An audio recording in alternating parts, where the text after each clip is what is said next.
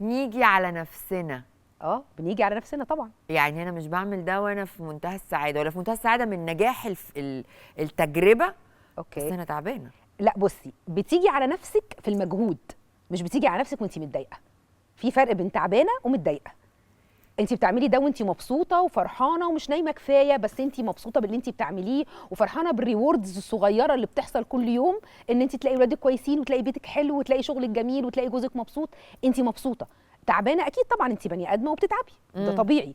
بس هي الفكره كلها انت بتحسي، يعني انا كميرال او الشخصيات اللي زيي، احنا بنحس ان الريورد اللي جاي لنا او السعاده اللي بنجنيها طول ما احنا ماشيين في الطريق بتاع التعب ده كله بيعوض التعب.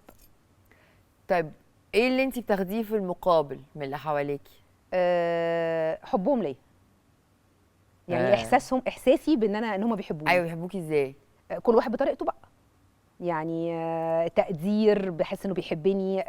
حد بيقول لي ثانك يو شكرا، بحس انه بيحبني.